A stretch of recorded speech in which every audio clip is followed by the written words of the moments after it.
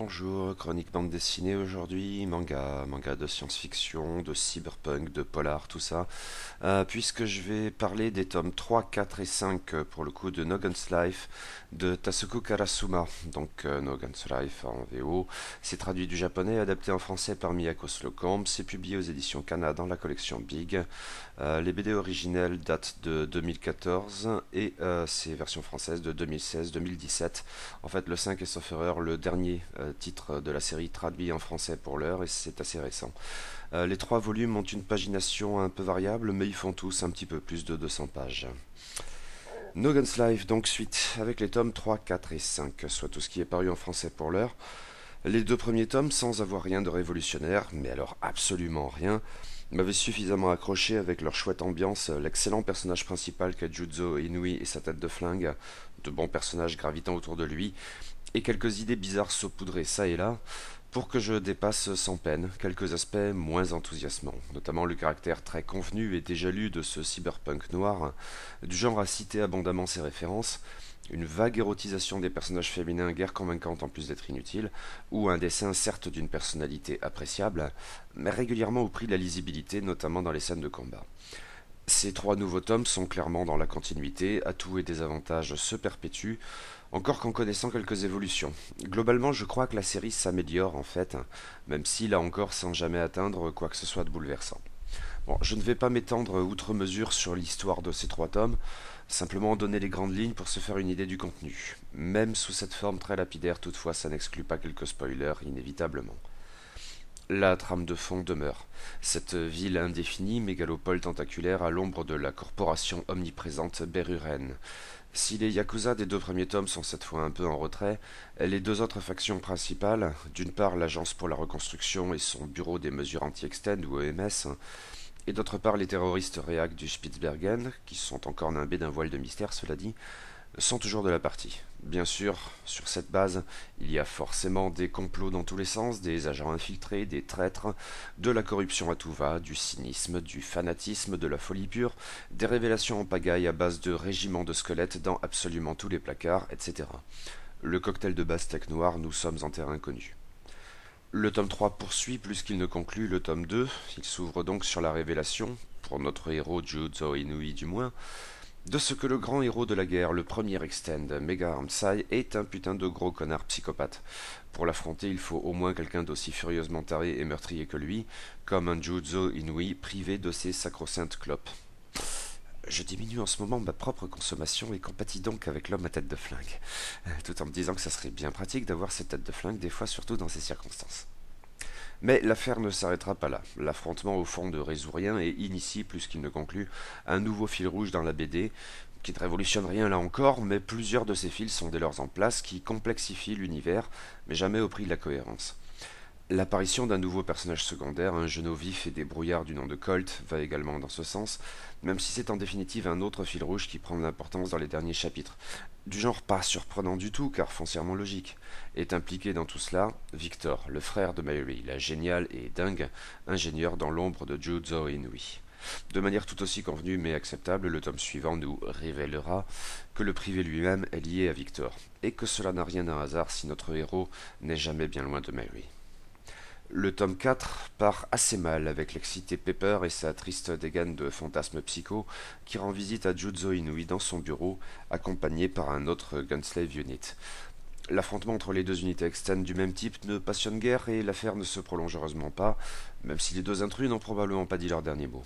La suite est heureusement plus intéressante, qui retourne aux enquêtes de Juzo Inui, même si nous l'avons maintenant intégré d'une manière ou d'une autre, ces enquêtes ne sauraient être indépendantes et sont toutes liées entre elles et au gros complot qui forme la trame de cet univers de cyberpolar.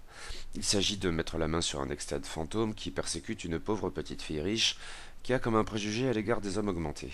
Mais en fait demain il en est une autre qui intervient bientôt, baladeuse si l'on ose dire, la chose de la famille Adams à l'heure du transhumanisme, et nous en revenons donc sans vraie surprise, mais non sans une certaine habileté narrative, à Victor, ses relations avec Mary aussi bien que Juzo Inui, et ses idées un peu confuses quant aux extens.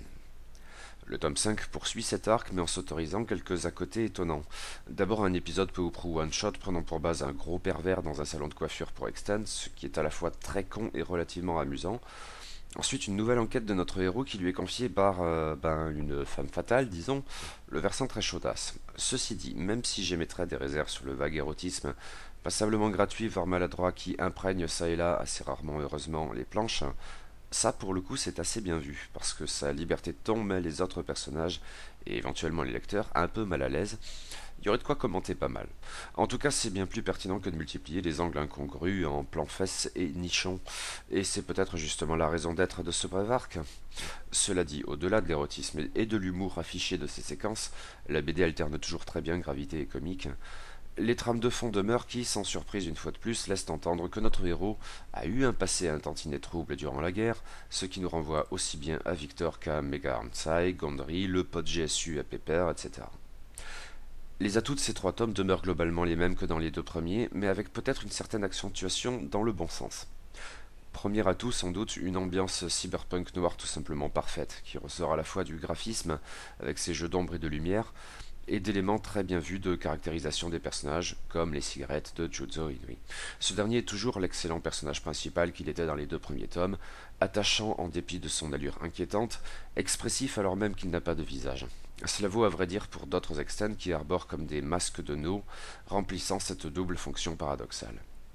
Le détective est par ailleurs plus complexe qu'il n'en a l'air, ce qui vaut aussi pour les principaux personnages secondaires de la série. Tout d'abord, dans l'entourage immédiat du détective, Mary, son ingénieur fracasse, et Tetsuro, ce petit con qui veut bien faire mais ne piche pas grand-chose à ce qu'il fait, et cache peut-être certaines choses, le petit coquin. Mais d'autres personnages plus éloignés ont également du potentiel, sinon encore de la matière, comme Olivia, l'ambigu chef ou pas chef de l'EMS, dont les relations avec Juzo Inui sont très compliquées, utilement. Je ne me prononcerai pas encore en ce qui concerne Victor, mais tous ceux que je viens de citer évoluent progressivement, et pas seulement dans leur rapport au héros, ils ont une vie propre, et ça c'est très appréciable. Mais ça et là, d'autres personnages bien plus secondaires peuvent aussi constituer de bonnes surprises, et je crois que c'est le cas de la cliente d'info du tome 5, voire des gérants et clients du salon de coiffure dans ce même volume, en dépit du grotesque de la séquence, amusant, mais parfois à l'extrême limite de la lourdeur, un jeu d'équilibriste périlleux. J'ai déjà mentionné dans ma chronique des deux premiers tomes et dans celle-ci combien l'érotisation forcée, même rare, ouf, des personnages féminins de la BD était poussive.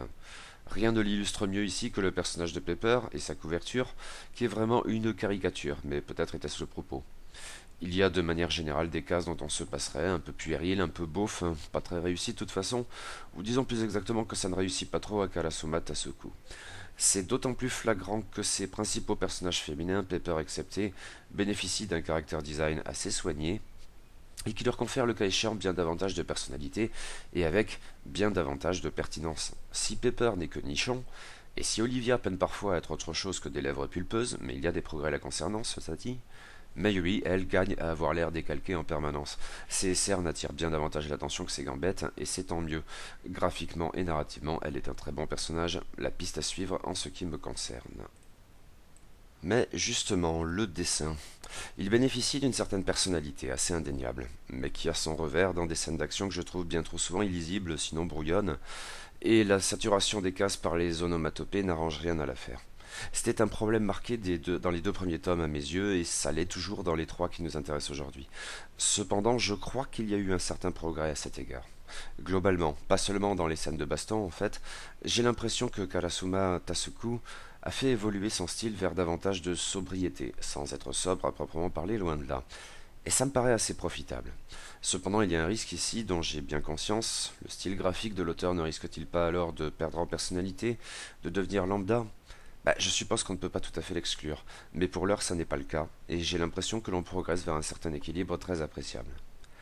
Le bilan de ces trois tomes est donc globalement le même que celui des deux premiers. No Guns Life ne révolutionne rien, absolument rien, et entretient un jeu dangereux avec les codes et les clichés qui pourraient être fatal à terme à la série, mais qui est très bien géré pour l'heure. L'ambiance très réussie, les personnages plus complexes qui n'en ont tout d'abord l'air, l'improbablement charismatique Juzo Inui en tête, quelques idées tordues enfin qui s'insinuent dans la trame pour rompre avec le déjà lu et renouveler l'intérêt du lecteur, sont autant d'atouts qui font de cette lecture un moment agréable et convaincant, même si certainement pas impérissable. Mais je lirai probablement la suite quand elle sortira.